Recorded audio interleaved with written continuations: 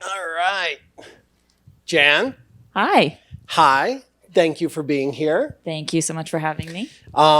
Really great session just a second ago. I love that last line, you could row as yourself to death. Really positive, uplifting message. Totally true. So, we are here to talk about Francesca's, an amazing rebirth of a brand, and your role as the CMO of the company. So if you want, I think we have a video to start off. Is that accurate? Yes? We've got two. Start with the brand video and then we can.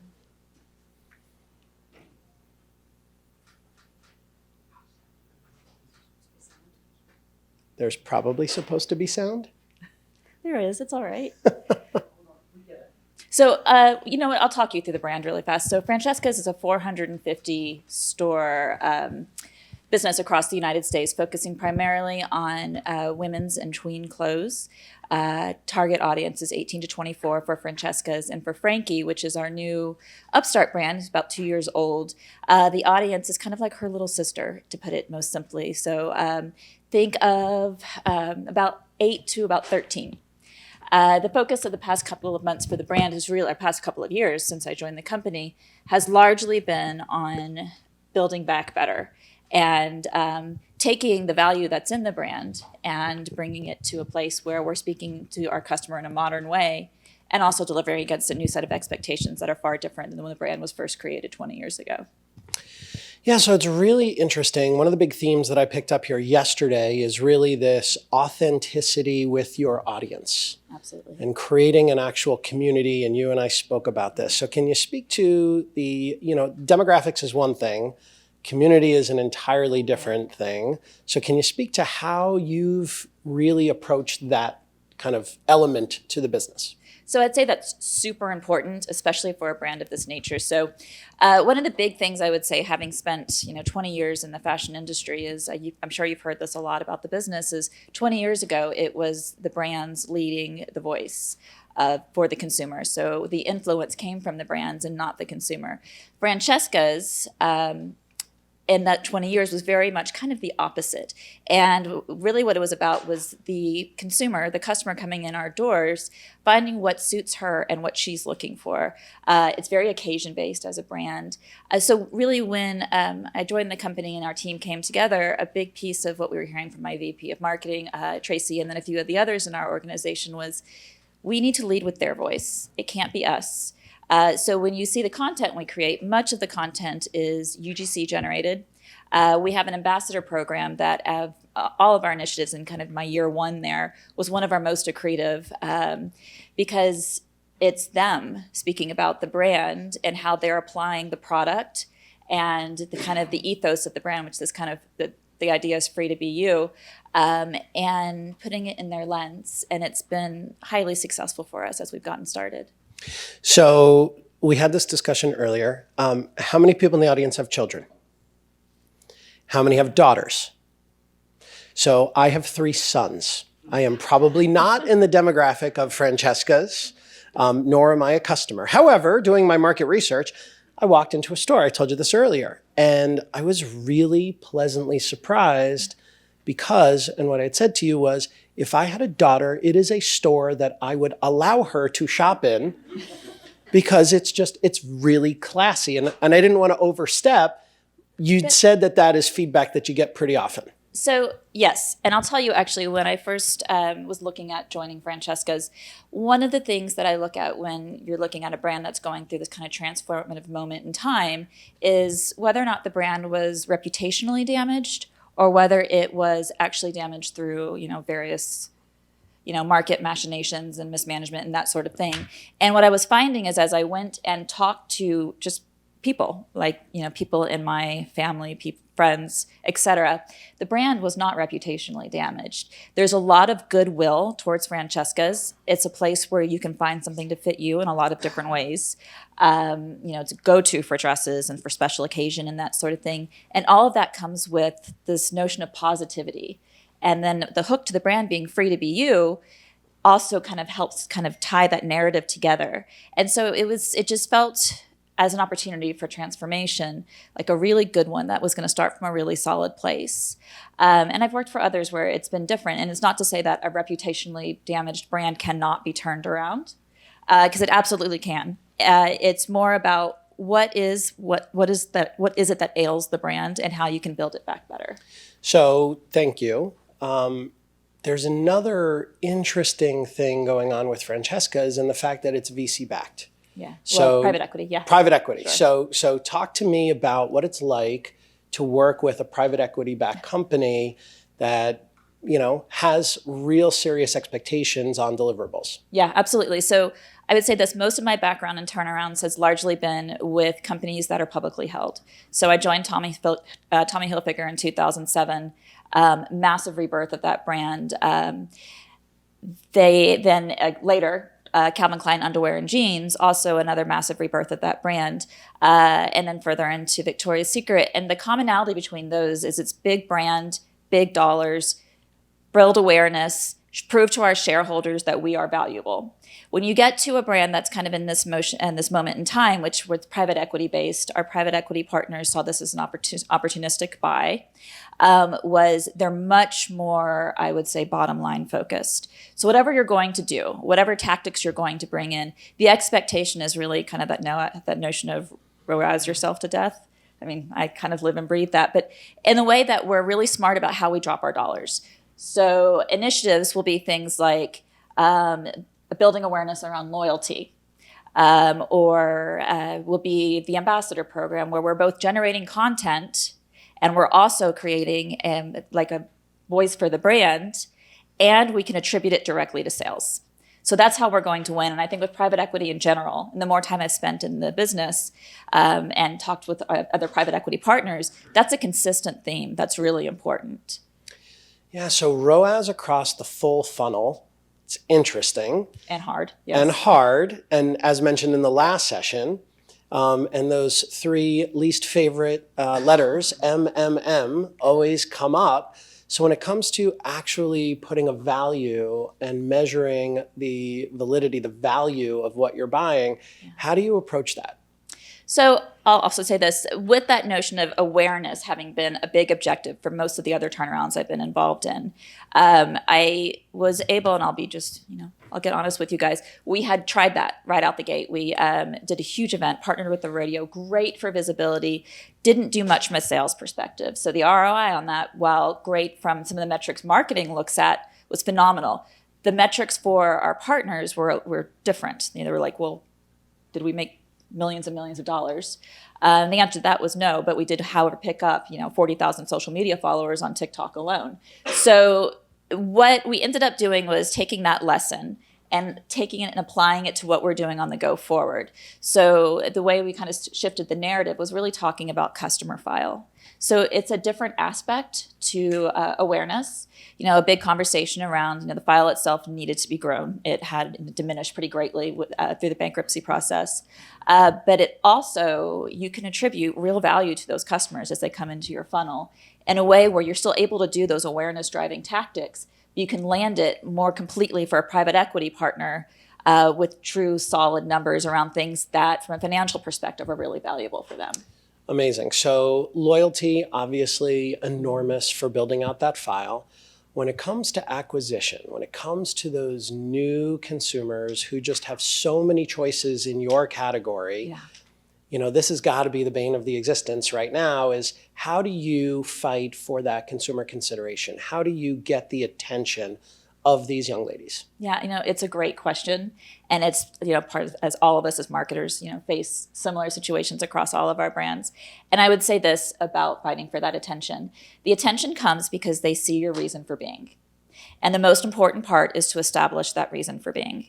And the rest, whether it's the nag factor with mom or the is it cool enough for me to wear in front of my friends at school, comes with how you engage with them once you get them to cross the threshold. So whether the threshold is social media and they happen to come across an ad, or is coming into one of the 450 locations that we have around the country, that point of continuity, that red thread, if you will, is really important. So if you spend time in our stores, you'll find that we have a really highly engaged sales team that feels very strongly about what they're doing. They're here to help you. They're here to help you be free to be you. And that continuity is something that we make sure we have across all of our points. And so we win at that, and we continue to grow because we take that piece of the person's identity, like what they're about, and we make that part of who we are about. So we're free to be you, we're free to be us. And it allows for like a more broad narrative than I've seen in some other branded apparel. Yeah, so the free to be you, I love it. And I mean, based on the message of the brand and your background, you know, what I love about Brand Innovators, I think the stat that we got yesterday was at least 50% of the speakers were female, which is great. That's awesome. I know that you are all about empowering young women. So talk to us about the importance of the message that you're giving, not just about buying clothes, but about that free to be you message. Sure. So I guess one of the big things that was really attractive to me about this brand is I was a girl who grew up in Houston, Texas, you know, a million miles away from New York City, a million miles away from fashion. But all I ever wanted to be when I grew up was basically what I'm doing now. Like, in various forms. I wanted to be Anna Wintour when I was a kid, whatever the idea was. But the common thread there is I wanted to be involved in creativity. I wanted to be involved in marketing, and I desperately wanted it to be in apparel. And so this opportunity came around with Francesca's. One, it's Houston-based, and my parents were thrilled. They're still there. Two, the idea of being able to hook into something that has that kind of homegrown kind of sense to it, that and a company that's actually 97% women, which is phenomenal and unusual. Wow. It is, you know, through the bulk of my career has been about, okay, so through sheer grit and tenacity of getting into the business, finding myself in New York City, doing all the things, I managed to go up the ladder. And so it's really important as you go that you bring others along with you. And I don't say that just, it's like a platitude. It's really true because I was once that girl without any connections in the world that really wanted to be part of the business. So this brand does a really good job of bringing people in on their own terms. And it's really important to us to kind of continue that narrative. And I think it's really important to me as a person to do the same thing. So that was awesome. So I want to switch gears a little bit. And I want to talk about culture, because that is so huge today. The pandemic really shifted a lot of what people value in life. You just got back from a great family vacation where you unplugged for a week. Awesome. Yes. In America specifically, we work ourselves to the bone. We know this. When you have your team, when you look at your team, when you start building out your team, what are the characteristics that you're looking for with the people that you bring into this organization? Yeah, and I've been really lucky that I work with some amazing people across cross-functionally, as well as those that were in the business when I joined in marketing and those that have come since we've gotten started. Actually, two of my colleagues are here, April and Mike are back over there. And that I think is proof to, they're not in the marketing team. It's proof to really the culture of the company we're trying to create. So we are geographically diverse. That's an outcome that has come with COVID, as we all know. It's a great thing to be able to pull everybody together in the office in those moments in time where you can create that sense of community.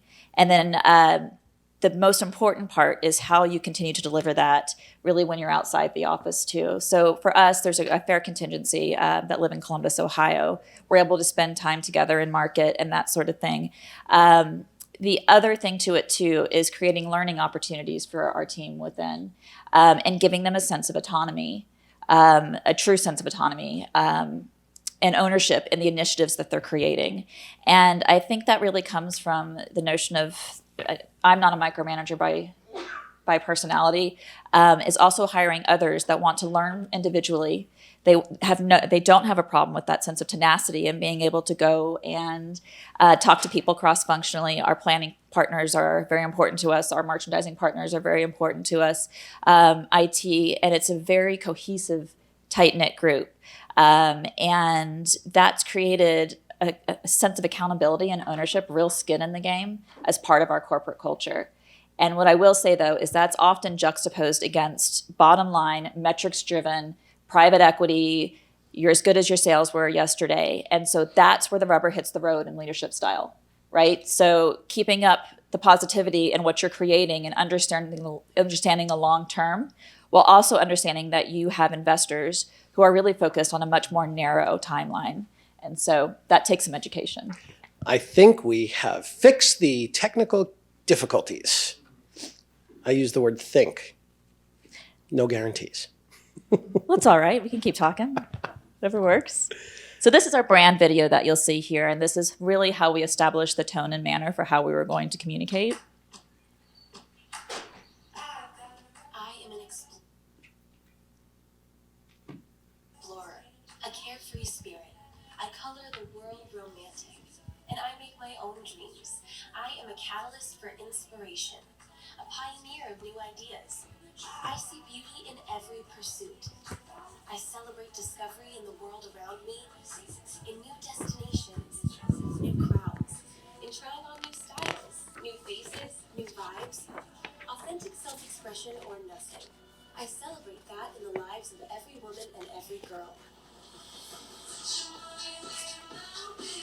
Believe you're great, right where you're standing. Take up space, take the mic, take the lead. Pave your own adventure, turn up your light and spark one in others. Exude individuality, crave inspiration, demand integrity, champion inclusivity, blaze a trail of innovation. You are an explorer. So be decisive, be human, be together, be unique, be free to be you. I love it. So again, back to the free to be you. I mean, it's such a great concept that I am so shocked others haven't tapped into. There are a lot of free to be you type technical issues within advertising. Sure. Privacy probably being one of the utmost concerns for everybody these days. Headlines, legislation, everywhere. Yeah. So as you build this file, as you start working directly with these consumers, talk to us about where privacy sits in that lens of private equity and outcome-based marketing and all of that good stuff. Yes. So Mike, who's actually here, who's our head of technology, this is a real hot point for him too. So really, when we look at privacy for Francesca's, is our partners have to be aligned, and that this is very important to us. So I'll say this: we have a demographic that is a very sensitive demographic. We have a tween audience as one. Mom shops for daughter. Daughter will find her way into our social channels and that sort of thing and engage with the brand. And then we have, largely a young adult.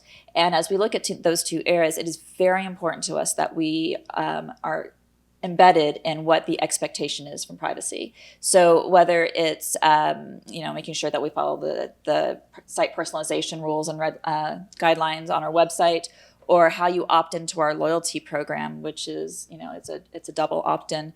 This is really important to us. We don't engage with partners who don't carry that same ethos. Just bar none, hands down, is not going to happen. So, all right, love it.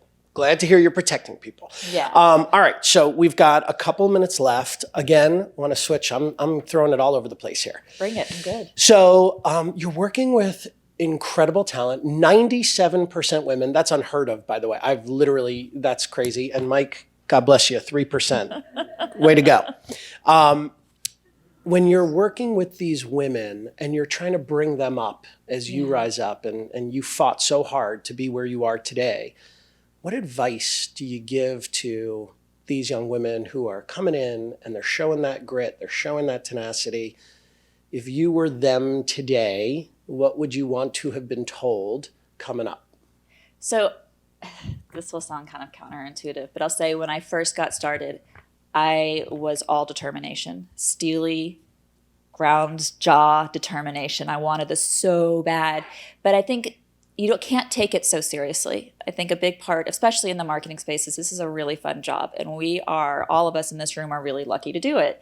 You get to be creative, you can still be analytical, and my biggest piece of advice is one, free to be you. I think that's really important, truly, because your personality ultimately is going to be what sets you apart. You will pick up knowledge as you go. You're going to learn all sorts of things. I continue to learn every day, and be open to that, to know that you won't always have the answers. You truly do not need to be the smartest person in the room. You need to be the most willing to learn from others. And as you play cross-functionally in that way, I've really found that that's where my success came from, was always being a partner to those who weren't necessarily marketing, but then also making sure that I brought my other marketing partners along for that same ride. And it's worked out great, so. That's awesome. So I want to leave a lot of time here because we've got some incredible knowledge up on stage. So if you folks have some questions, please raise your hand. We want to make sure we get a bunch of questions answered. Or I'll keep asking. I have no problems with that. Colleen.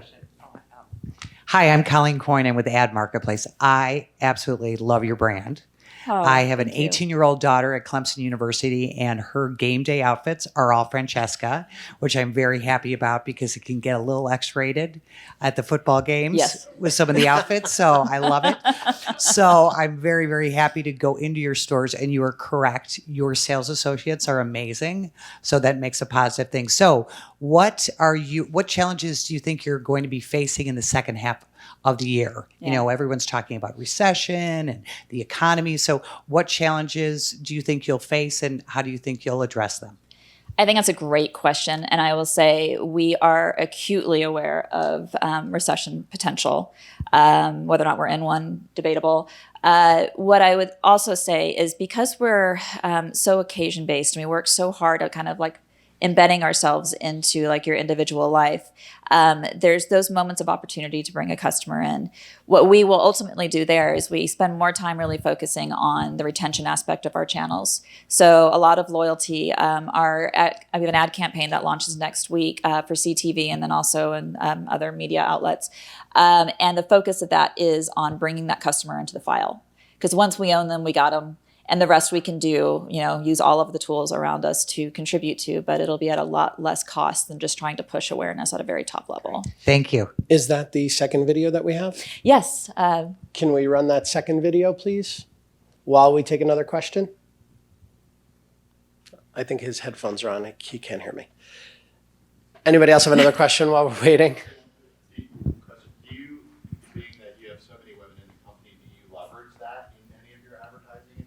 So the first video that y'all watched, I would say about 80% of the people you saw in those videos work for us. So we have a wonderful marketing team who is in our campaigns, who live and breathe the brand. We have a huge bridal business, and there's two women that are getting married soon. They are like living and breathing the identity. So there's that piece to it. And then also in consumer research, and as we think about where the business is going, there's no more important constituency to us than what our field representatives have to say. They live it. They're on the ground every day, and they know what the customer's looking for. And if we're going to fight recession, that's how we're going to do it. We're going to listen to that customer, and we're going to listen to what our associates have to say in their daily experiences. That's so great. Just the aspect of listening. I think it's something that is really, it is a testament to what you're trying to accomplish. And it is a skill that has gone way past what people are used to doing anymore. So, all right, we've got the video. Let's roll that.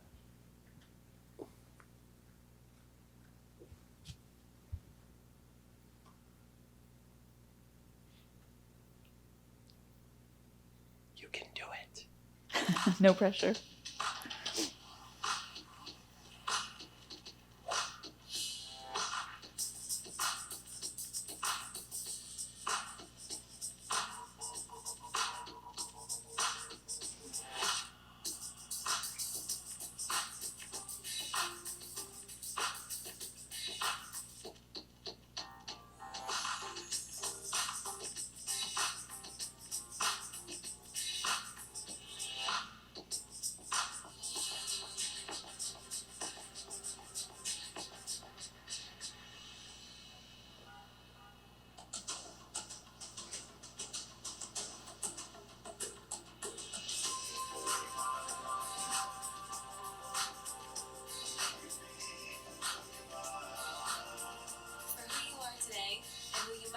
Tomorrow, meet us at the Fan Club, where being you is extra rewarding. So that's the 60-second version that cuts pretty significantly for what we'll put on the air. But it gives you a sense of how we're really looking at our approach to media and our approach to really focusing on that role of acquisition and then bringing them into funnels to really focus on the retention efforts for the brand. Awesome. Any other questions? You mentioned compliance and obviously privacy before. How are you handling all the different states as they come one by one with different rules and regulations about how you collect data, use data, don't use data, et cetera? So we have engaged a partner in helping us do that body of work. It is a multifaceted, often changing thing. And as we look at what partnership looks like on our MarTech stack, it's a big piece of that consideration as well. I would say we tend to lean on the very conservative side of what we do. I think it's just important, one, because it's the nature of our company, two, given the audience demographic, and three, it's just the right thing to do. So, yeah. All right. Well, Jann, thank you very much for joining us here today. Hope you folks got some insights Thank and you. learned a lot.